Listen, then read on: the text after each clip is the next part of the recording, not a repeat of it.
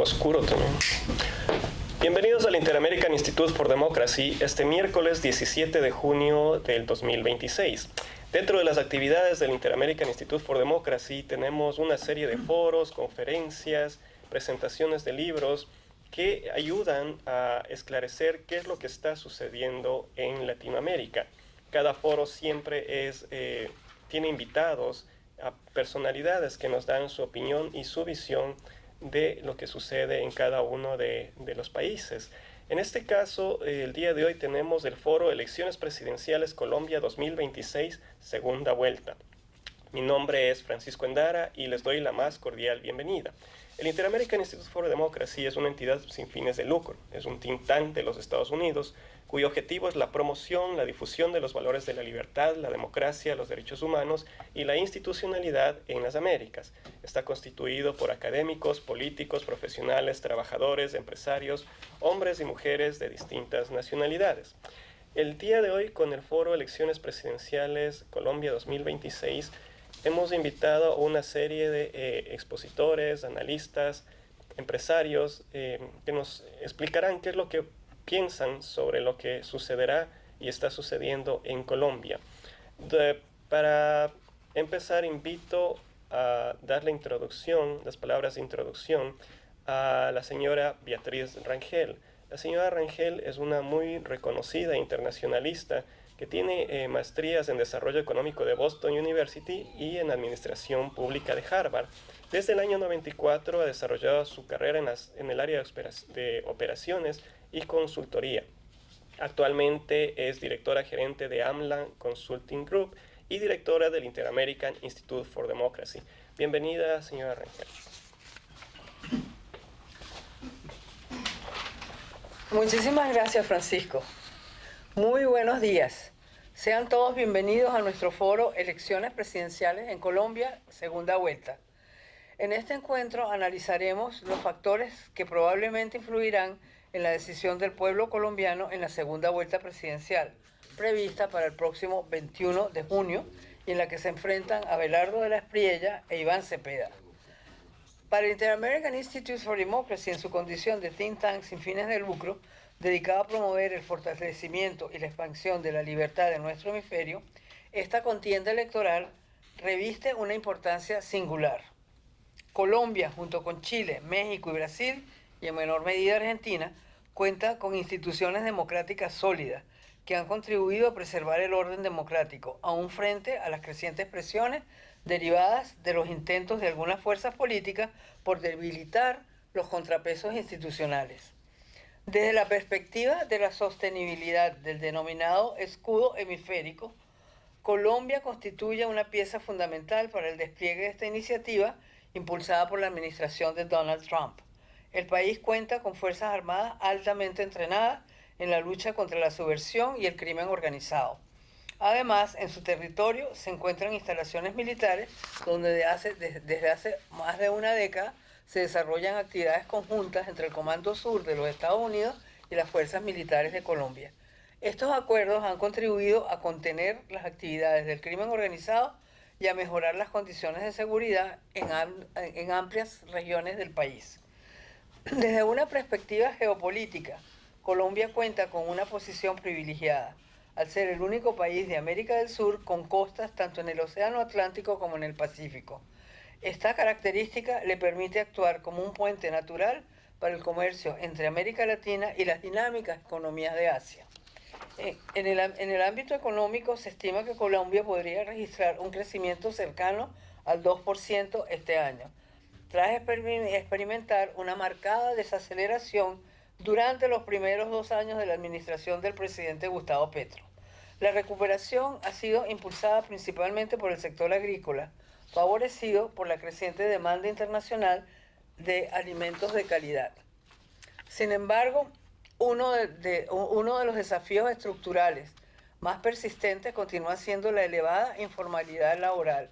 Cerca del 60% de la población económicamente activa trabaja en el sector informal, careciendo de acceso pleno a mecanismos de protección social y a oportunidades de movilidad económica.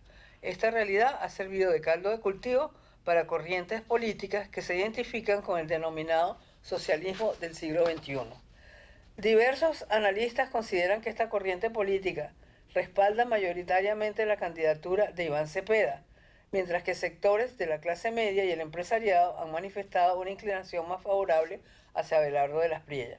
No obstante, algunas encuestas sugieren que una parte importante del electorado afín al socialismo del siglo XXI podría optar por la abstención, particularmente después de que el presidente Petro afirmara que una eventual administración de Cepeda representaría una continuidad de su gobierno, posibilidad que según diversos sondeos de opinión genera rechazo en una mayoría significativa de los colombianos, porque el 70% de los colombianos están de acuerdo en que no quieren una administración como la del presidente Petro.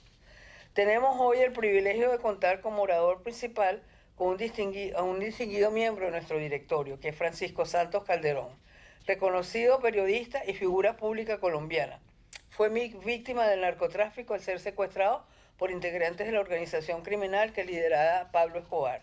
Posteriormente fue elegido vicepresidente de Colombia en fórmula con el presidente Álvaro Uribe Vélez, cargo que desempeñó durante 8 años. Es para nosotros un honor darle nuevamente la bienvenida. Nos acompañará también un selecto grupo de especialistas y comentaristas, entre quienes destacan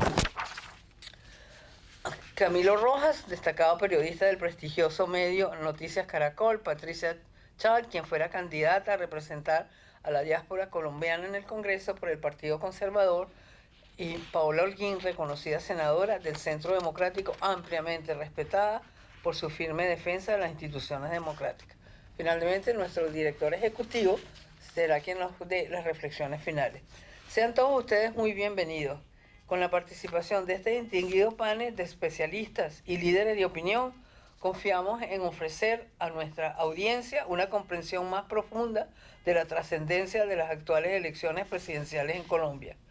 Lo que está en juego en esta nación andina trasciende una simple alternancia política. El proceso electoral constituye una prueba decisiva para la fortaleza y la resiliencia de unas instituciones democráticas que han enfrentado importantes tensiones durante los últimos años. Del resultado de esa elección dependerá en buena medida la capacidad de Colombia para seguir siendo un referente de estabilidad democrática y un factor clave para la preservación de la libertad y el Estado de Derecho en la región. Como recordaba un ilustre colombiano, con cuyas palabras quiero finalizar esta intervención, me refiero a Gabriel García Márquez, que dijo: el principal problema de Colombia ha sido encontrar una fórmula capaz de superar sus profundos desequilibrios económicos y sociales. Esa búsqueda continúa siendo uno de los grandes desafíos del país y posiblemente uno de los temas centrales que los ciudadanos tendrán presentes al acudir a las urnas. Bienvenidos y muchas gracias.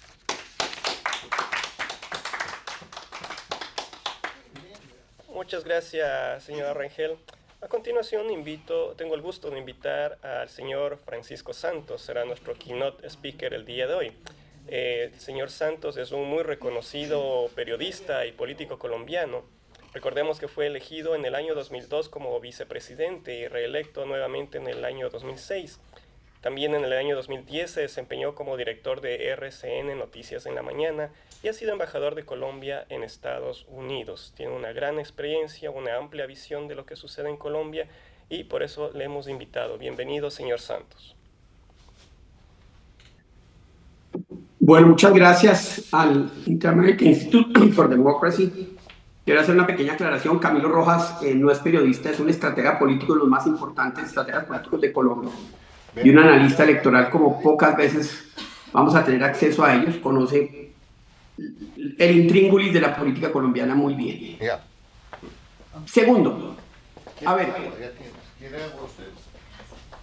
estamos en estos momentos, ¿me están escuchando? Yo estoy escuchando allá diálogo.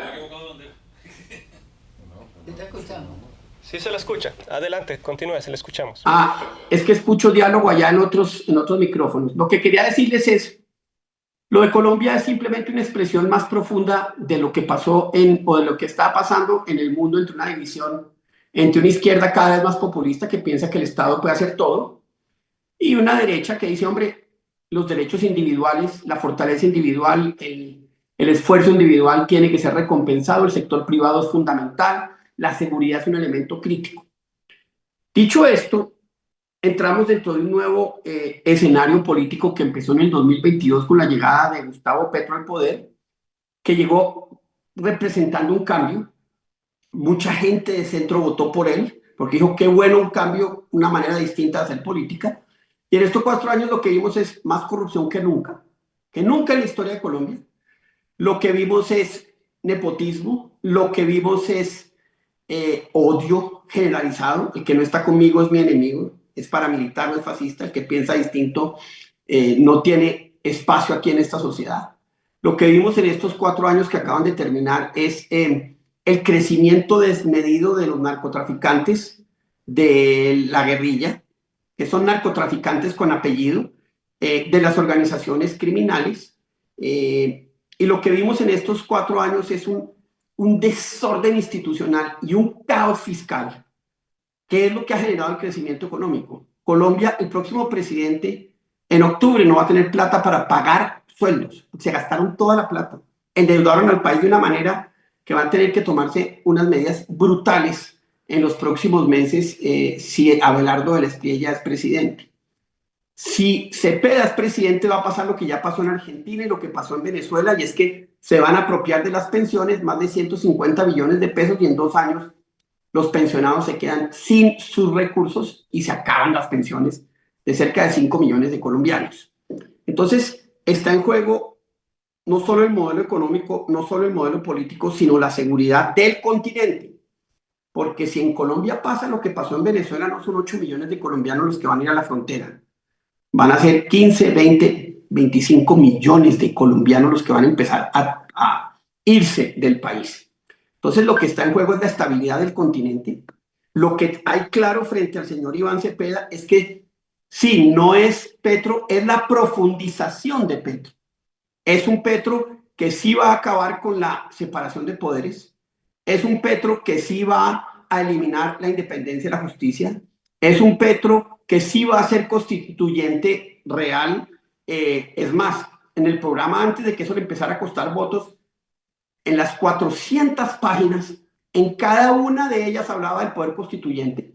Ahora, en su programa de 120 páginas, ya no, pero sabemos cómo es eso. Entonces, Cepeda es una mezcla de Lenin con Stalin.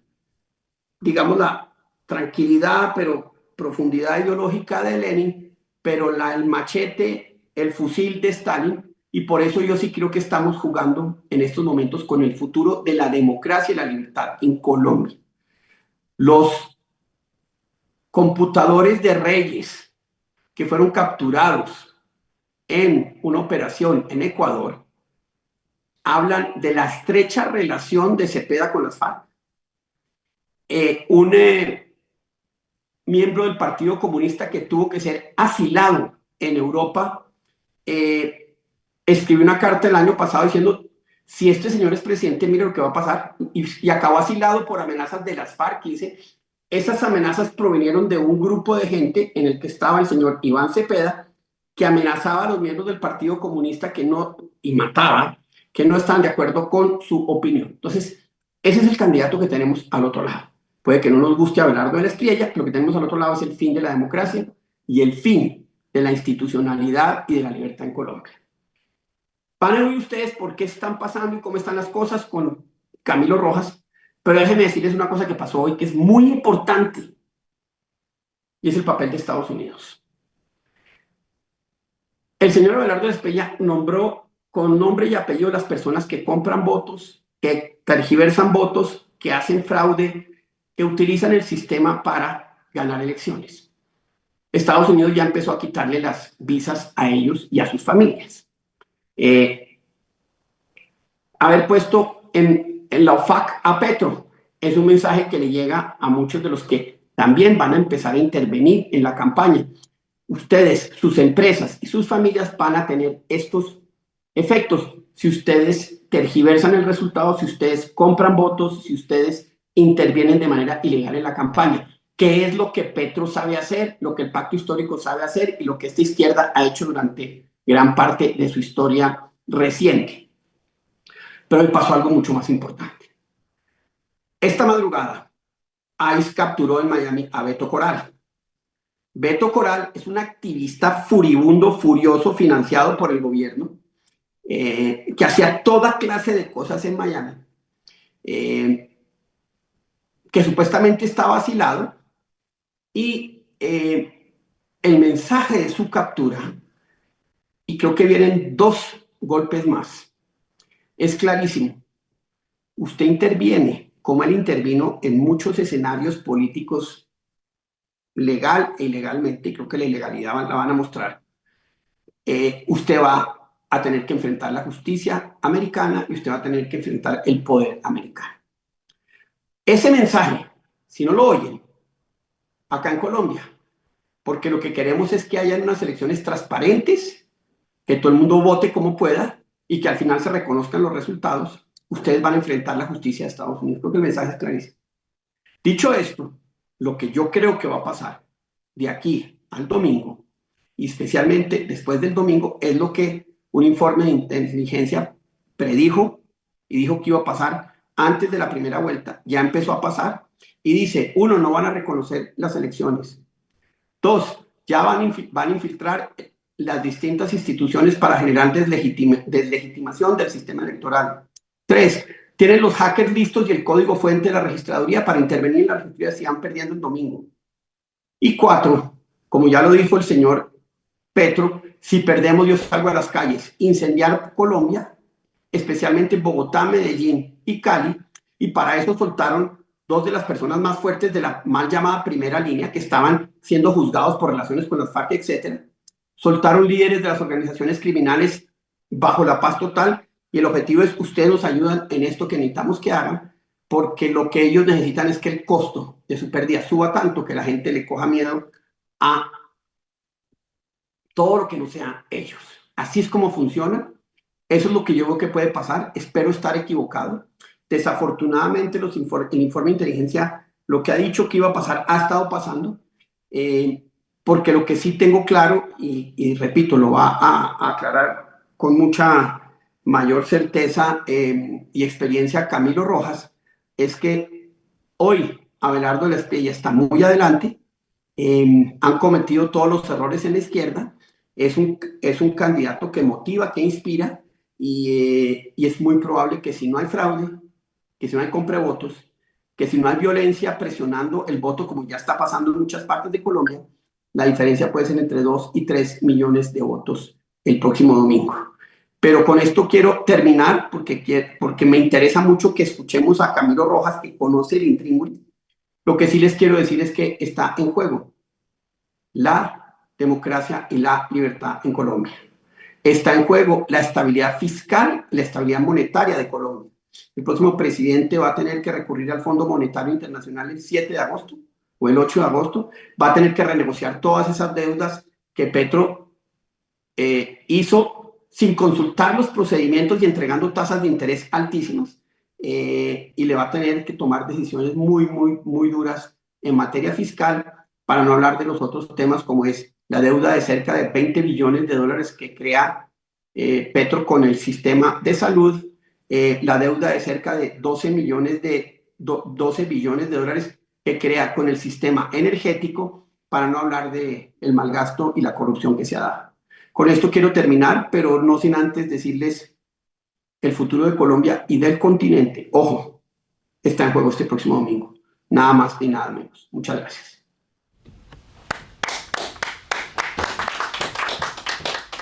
Muchas gracias, señor Santos. A continuación, invito a tomar la palabra a la señora Patricia Chala. La señora Chala es una muy reconocida política en estas elecciones. Fue candidata al Congreso en las recientes elecciones de este 2026. Además, es politóloga graduada cum laude de la Florida International University. Bienvenida, señora Chala. Gracias, Francisco. Muy buenos días. Mi agradecimiento a las directivas del Inter-American Institute for Democracy por esta gentil invitación, al doctor Carlos Sánchez Berzaín, la doctora Beatrice Rangel. De manera virtual, extiendo mi saludo cordial a la honorable senadora Paola Holguín, a nuestro expresidente y periodista, el señor Francisco Santos, y también a los expositores, señores y señoras aquí presentes. El 31 de mayo del presente año, el pueblo colombiano deja clara su postura política en las urnas. Decide en segunda vuelta al líder del Poder Ejecutivo. Esto entre dos candidaturas completamente y diametralmente opuestas. Con una diferencia del 2.84%, la derecha se impuso como favorita y espera recibir de parte del electorado del centro que equivale a más o menos un poco más del 10% para lograr la victoria. En esta segunda vuelta, la cual ahora mismo en el exterior está hoy activa en el exterior y culmina este domingo en Colombia, es, en mi opinión, una de las elecciones más importantes y de más relevancia para la estabilidad institucional de Colombia. ¿Por qué? Solo basta preguntarse, ¿por qué una de las democracias más estables de la región hoy en día se ve envuelta en una contienda tan polarizada, tan intensa? Bueno, yo no encuentro una respuesta más a estas preguntas que el miedo. El miedo a perder nuestra democracia. El miedo, o peor aún el terror, a esa amenaza casi palpable con la que este gobierno se ofrece a oxigenar el fallido y hoy en día acorralado castrochavismo del siglo XXI. El miedo a continuar con esta mala administración que desbarató uno de los sistemas de salud más eficientes del mundo, donde entidades como la Organización Mundial de la Salud lo ubicaban y catalogaban de niveles de excelencia en Canadá y aún más por encima en Estados Unidos, más específicamente en el puesto número 22. El miedo de ver como una lucha incansable de nuestro país en contra del narcotráfico se echó por la borda durante este gobierno. Hoy en día, según los informes más recientes de la Oficina de Naciones Unidas contra la Droga y el Delito, los cultivos de coca alcanzan niveles históricos, más de 300.000 hectáreas sembradas. El miedo y la tristeza de ver como un país que desde hace décadas venía luchando y motivado de manera loable, con fallos y desaciertos, como lo es todo, pero trabajando energéticamente y estratégicamente con miras hacia lograr la tan anhelada paz, hoy se vea reviviendo un pasado turbulento. Hace apenas 2 días, el lunes pasado, el Partido Conservador Colombiano nos alerta con una denuncia pública y hace un llamado a las instituciones por la expansión de estructuras armadas ilegales y claras injerencias por parte de estas en el actual proceso electoral. Humildemente, me permito expresar mi anhelo y deseo para Colombia desde este recinto, donde incansablemente grandes líderes y luchadores y promotores de la democracia velan por la libertad de nuestra región. Mi anhelo y deseo para Colombia después de esta segunda vuelta de elecciones es un amanecer democrático donde reine la cordura y la tolerancia, donde prime el respeto y se honre la voz del pueblo, porque ese es el verdadero mandato.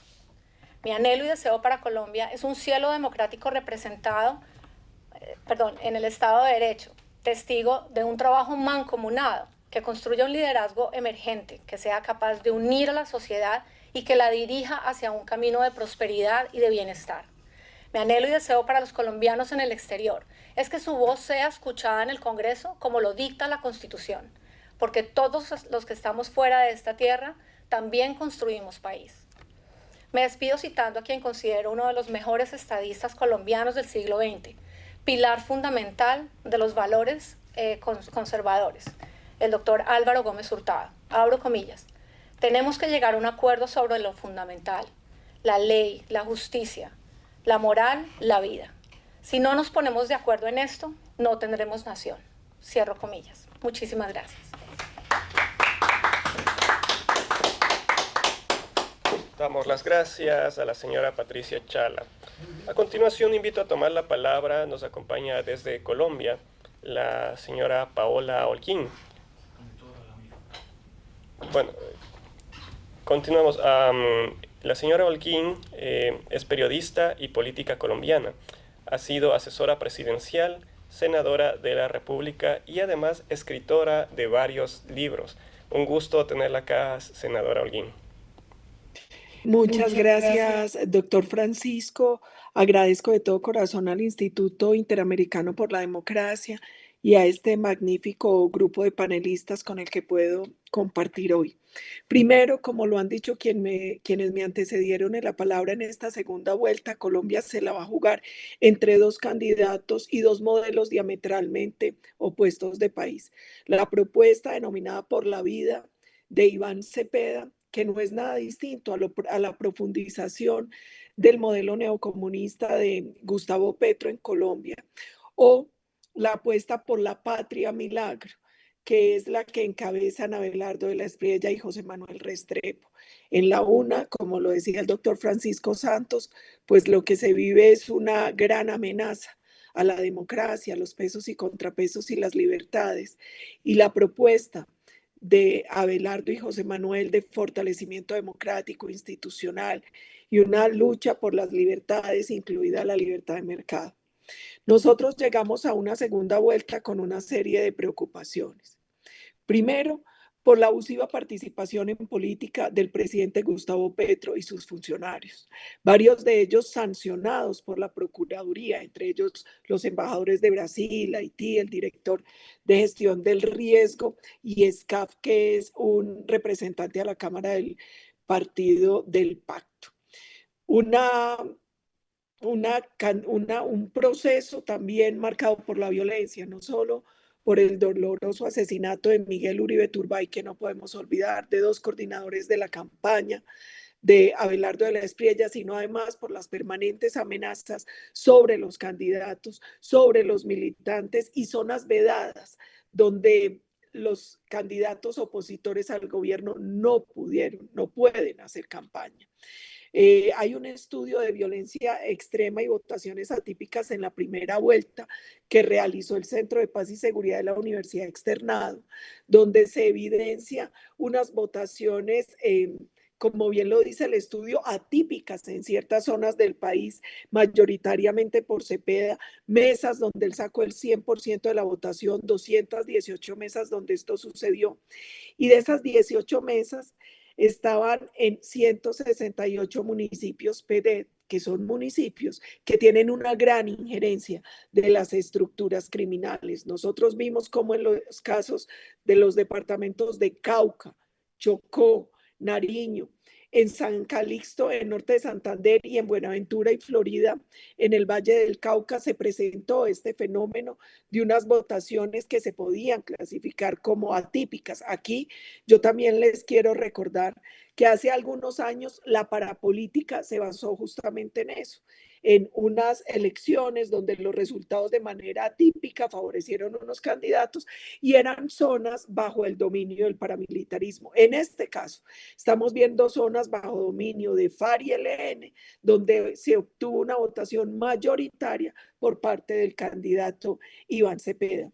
El ICP también elaboró un estudio donde encontró 122 puestos con señales atípicas convergentes, 103 puestos donde el voto en blanco nulo no marcado fue el ganador. Y estos puestos, según esta organización, representan entre 327,000 y 494,000 votos. Además, en el estudio que ellos hicieron con veedores en las zonas que tenían alertas por parte de la MOE, se encontró un proceso evidente de compraventa de votos y de verificación de voto a través de fotografía.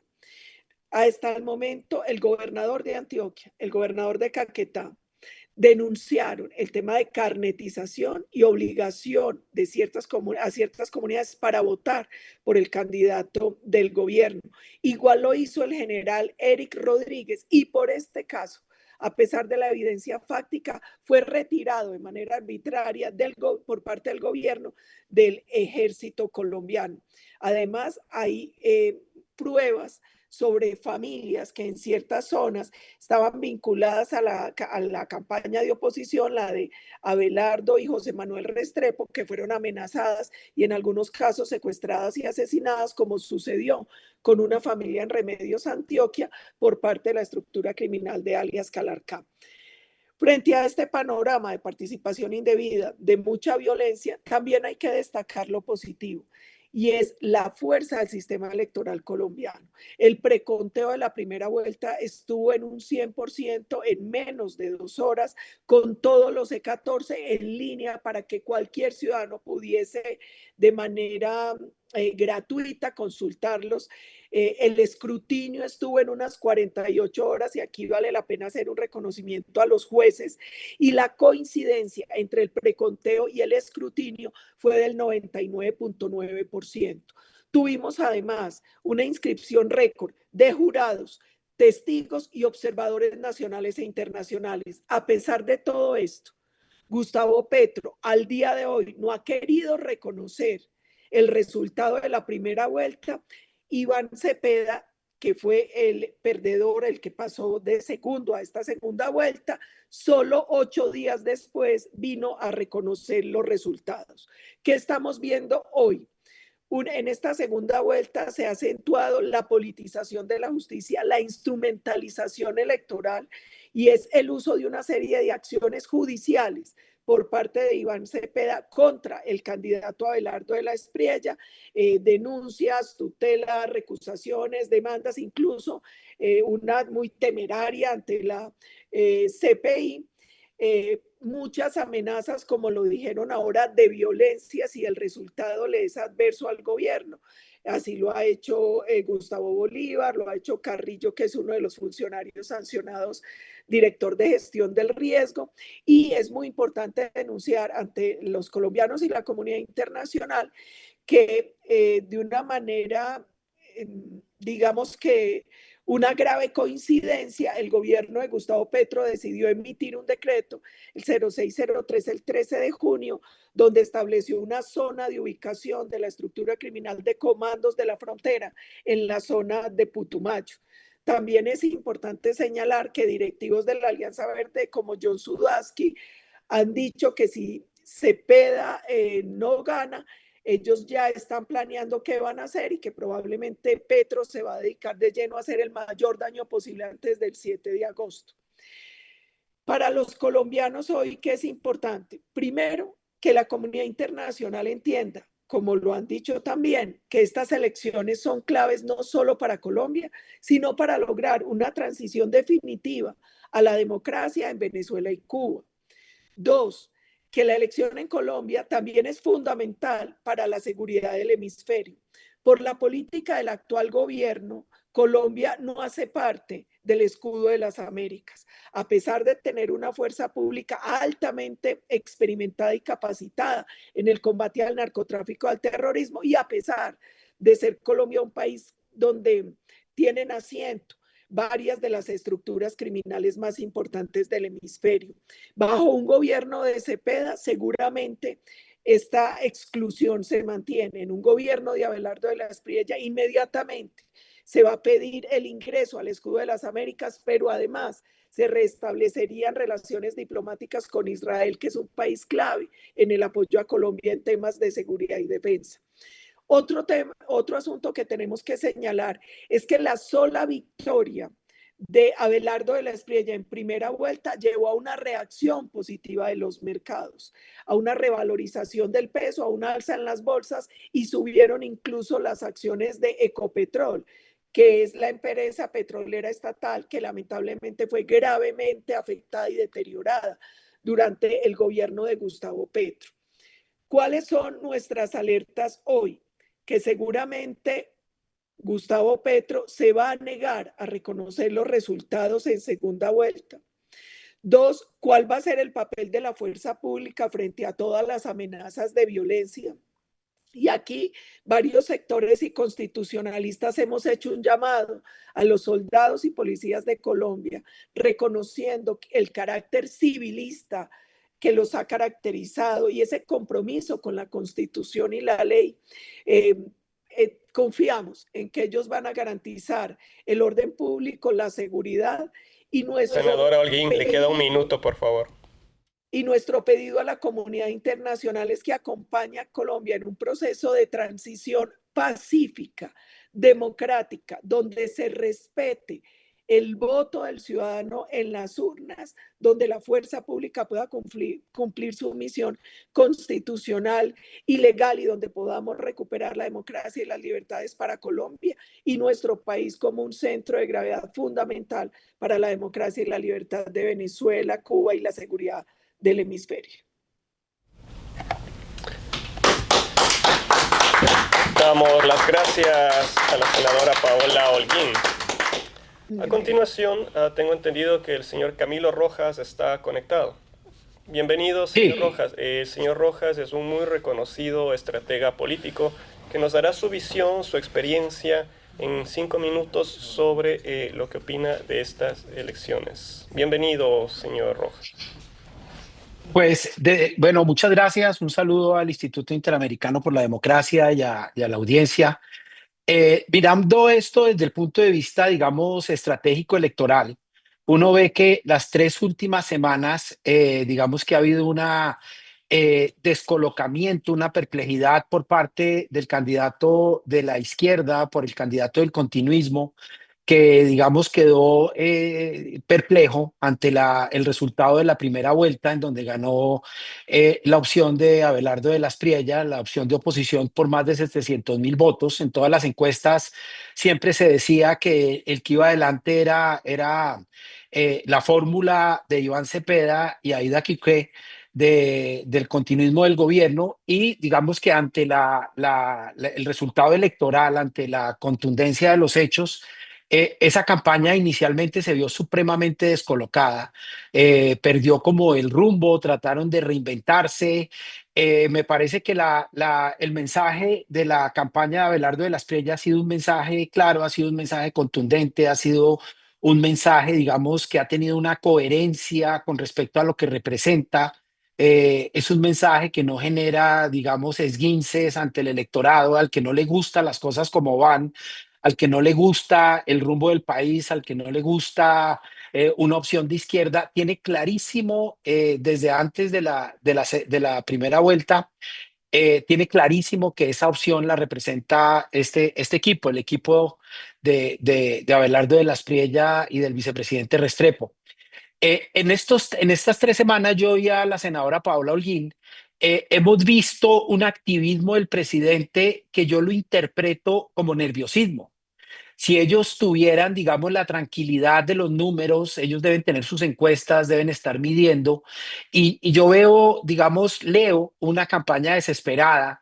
Ya cuando uno empieza a meter denuncias penales y cuando empieza a amenazar con la Corte Penal Internacional, es pues que ya no tiene más caminos y empieza a ver qué le pega o cómo asusto o cómo genero algún tipo de incertidumbre. Y yo leo eso, digamos, en el escenario en el que nos encontramos, como una campaña de izquierda, digamos, de alguna forma abrumada por la contundencia emocional de la campaña de la centroderecha que representa a Abelardo, y ellos tratando de buscar hechos políticos que generen algo que les mueva el velero, o que les mueva el rumbo que deben sentir y que seguramente sienten, porque las encuestas que se han publicado muestran una ventaja cómoda por parte de Abelardo de las Priella. Y ve uno es eso, ve uno una campaña desesperada donde ya no está vendiendo esperanza, sino está vendiendo miedo, una campaña en donde ya se está judicializando, una campaña en donde lo que uno ve es que no tienen un mensaje claro, no tienen un rumbo claro, no tienen una propuesta clara, la han cambiado ya varias veces. Entonces que el programa de gobierno, donde uno lo que ve es desespero. Digamos que eso sería lo que yo tendría para decir. Digamos que lo que se prevé ya para el domingo es, digamos, si las encuestas, las mediciones y la emocionalidad que uno siente en el país se concreta, seguramente tendremos una victoria de la centroderecha. Una campaña en donde, en últimas, el presidente Petro, olvidándose de todas las restricciones que hay de participación en política, de todas las restricciones que impiden que los funcionarios públicos utilicen los escenarios que les ha otorgado la democracia para impulsar candidatos, él se ha dedicado permanentemente a través de las redes sociales, a través de sus intervenciones públicas, a través de sus discursos, a impulsar a su candidato. Lo que es una evidencia más de ese desespero, porque si ellos tuvieran la tranquilidad de que su candidato va bien o de que su candidato va con una ventaja positiva liderando la contienda, no estarían violando la ley, pero lo están haciendo porque están, digamos, jugando el todo por el todo. Mostrando un desespero. Yo hablaba hoy con alguien y pienso que esa lectura que uno puede hacer de lo del presidente es que Abelardo ha amenazado o ha advertido, más que amenazado, ha advertido que va a hacer una auditoría forense internacional para ver dónde está la plata que se robaron, dónde está, quiénes son los culpables, a quiénes hay que judicializar. Y seguramente tendremos mucha información en la eventualidad de que gane Abelardo sobre lo que la población y los ciudadanos intuyen de lo que ha sucedido en el gobierno en los 3 últimos años y medio, ya casi 4 años, en materia de manejo de recursos públicos, en materia de corrupción, etcétera. Y seguramente eso es lo que tiene a Petro tan desesperado, tan asustado, llamando fascistas a los adversarios y respetando, digamos, el equilibrio democrático que un presidente debería garantizar. La Constitución dice que el presidente de la República representa la unidad nacional. En este momento el presidente de la República acá representa la crispación, el enfrentamiento, la división. Lo último que representa es la unidad nacional. Entonces, digamos que ese es el escenario que tenemos en este momento y el que seguramente se agudizará por el desespero de aquí al domingo. Eso tendría yo por decir.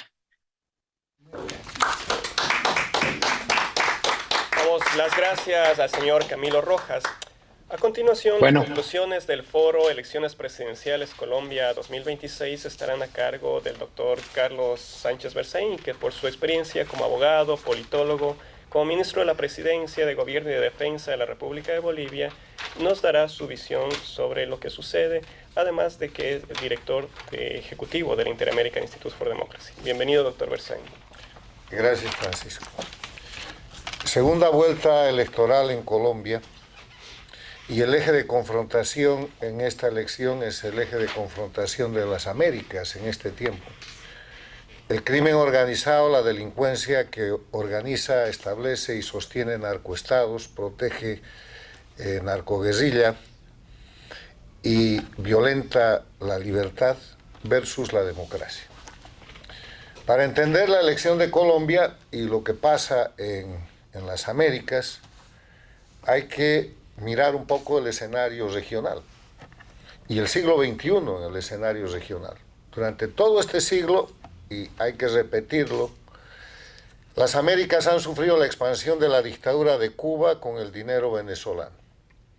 Se ha formado el socialismo del siglo XXI o castrochavismo y se han expandido haciendo dictaduras en Venezuela, en Bolivia, en Nicaragua, en Ecuador con Correa, pero también tomando gobiernos mediante elecciones democráticas en países donde han establecido gobiernos paradictatoriales.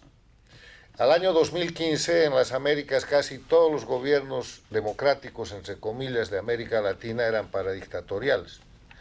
Y la demostración más evidente fue la Cumbre de las Américas en Panamá, cuando el presidente de Estados Unidos reconoció el liderazgo de Latinoamérica en manos del dictador Raúl Castro.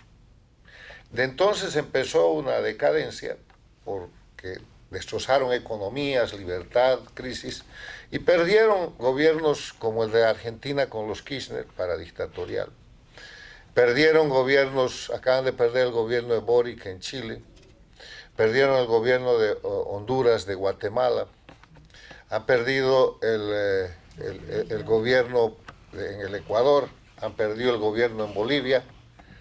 Y esto está sucediendo porque hay un cambio geopolítico en la región y en el mundo. Porque a partir de su estrategia de seguridad nacional, los Estados Unidos han decidido no tolerar más el crimen organizado en la política y ha empezado a señalar desde el año 2025 puntualmente organizaciones criminales, narcoterroristas y e individuos y grupos que se han apoderado de la política y de gobiernos para sostener el crimen.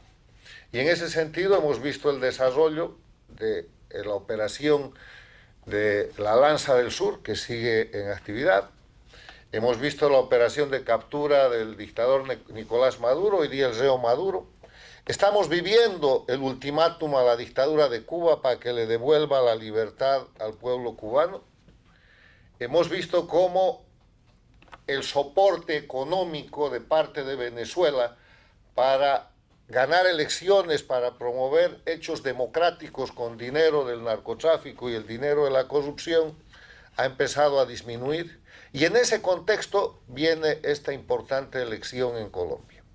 ¿Y cuál es la importancia de Colombia? Que Colombia hoy día es un gobierno paradictatorial, que el señor Petro no es un presidente democrático, ha sido elegido democráticamente, pero es un títere, es un operador del sistema transnacional de Cuba y Venezuela que está en caída y que él quiere sostener. Era el crimen perfecto controlar la dictadura de Venezuela y expandirse sobre Colombia para presionar la recuperación democrática de Ecuador, que es lo que estaba pasando, hasta que el señor Petro tuvo que venir a los Estados Unidos y salió de la reunión con Trump convertido poco menos que en la nueva mascota del presidente de Estados Unidos, y tuvo que empezar a bombardear los campamentos de las FARC y del ELN, porque si no, Estados Unidos lo iba a hacer, confesión del propio Petro. Esta política de la paz total es la política que describe un gobierno que quería construir un narcoestado. Un gobierno que estaba llevando a Colombia a legalizar y legitimar el narcotráfico como una actividad normal.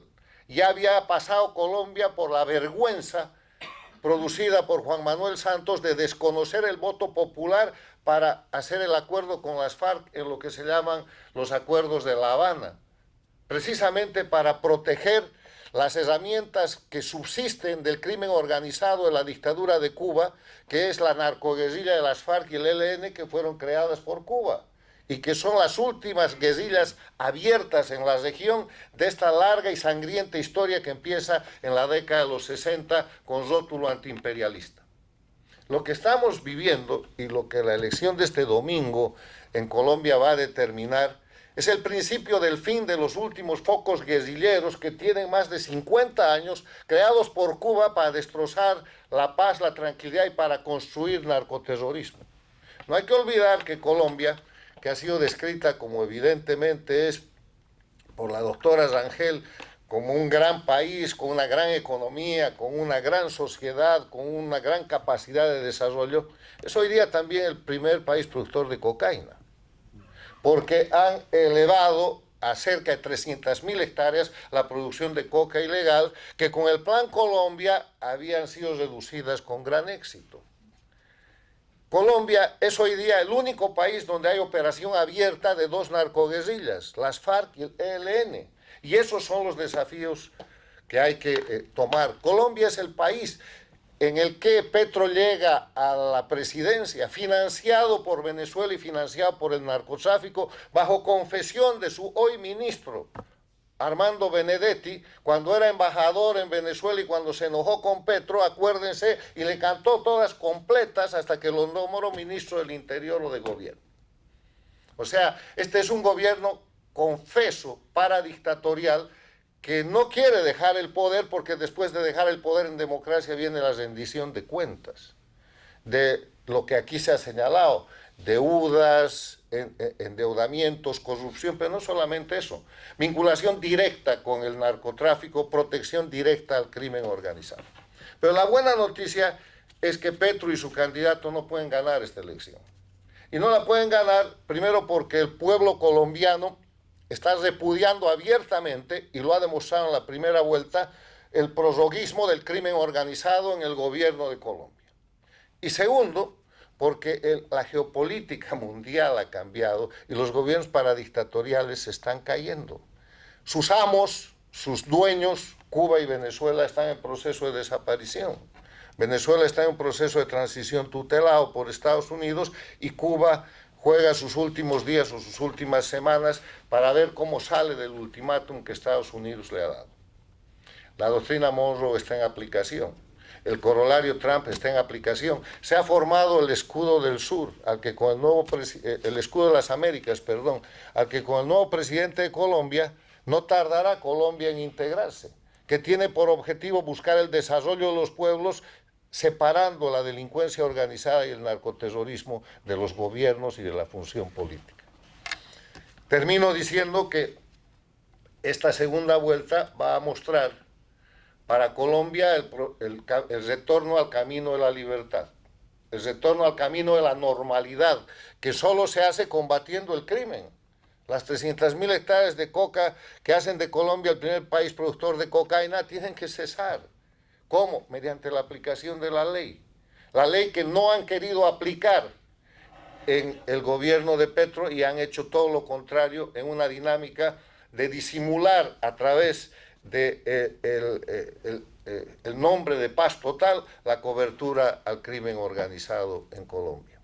Ya no tienen el aliado en Venezuela, están mirando lo que está pasando en la lucha antinarcoterrorista, con el ejemplo importante la semana pasada, la acción de parte de las Fuerzas Armadas de Estados Unidos contra el narcoterrorista denominado el Niño Guerrero, y saben porque que los narcotraficantes y los narcopolíticos o terminan procesados en tribunales de Estados Unidos o terminan bajo una operación militar. Estas son las razones por las que no va a ganar el candidato de Petro. No puede ganar, es inviable. Y el pueblo colombiano lo sabe y va a expresar su voto. Y si a Petro se le ocurre ejecutar acciones de terrorismo como las que aquí se temen y se han anunciado después de la elección, su destino será peor. El pueblo de Colombia está en el camino a recuperar la libertad plena de ese país democrático, de ese país extraordinario, y de darle a las Américas de nuevo el ejemplo de lucha contra el narcotráfico. Será un plan Colombia 2 o será lo que sea, pero Colombia, que tiene esas condiciones de sociedad, de poder, de economía, de pujanza, no puede seguir siendo el primer país productor de cocaína y el único con 2 operaciones abiertas de narcoguerrilla. Gracias. Damos las gracias al doctor Berzaín. Con eso concluye este foro titulado Elecciones Presidenciales Colombia 2026, segunda vuelta. Damos las gracias al directorio del Inter-American Institute, a los expositores y a quienes nos visitaron. Un buen día.